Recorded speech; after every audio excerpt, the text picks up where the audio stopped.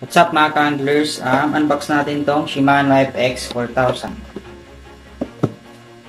Buksan na natin. And then, yung laman ng box niya, manual lang naman. Tapos, wala na. So, yung wheel, napakaganda. Hex connection pa din siya, hindi pa siya direct drive system. Tapos yung body niya is graphite. Ito pala yung specs niya.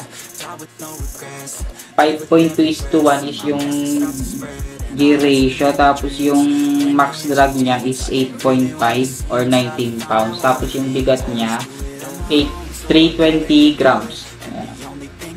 Tapos 2+1 ball bearings. Yeah.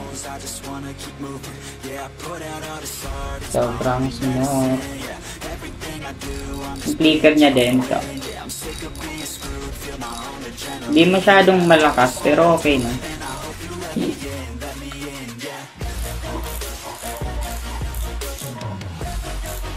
Buksan natin yung dito sa may ilalim na.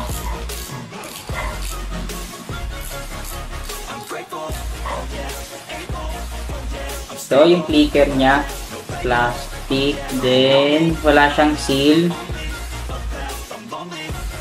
Yung parts. Tapos, felt pa yung ano niya, yung braking system niya is felt pa din.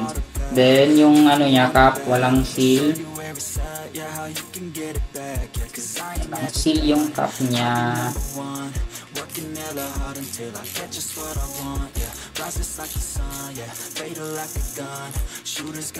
Yung handle niya parang aluminum ata. So, ayan. Sobrang smooth. So, ayun lang guys. Salamat.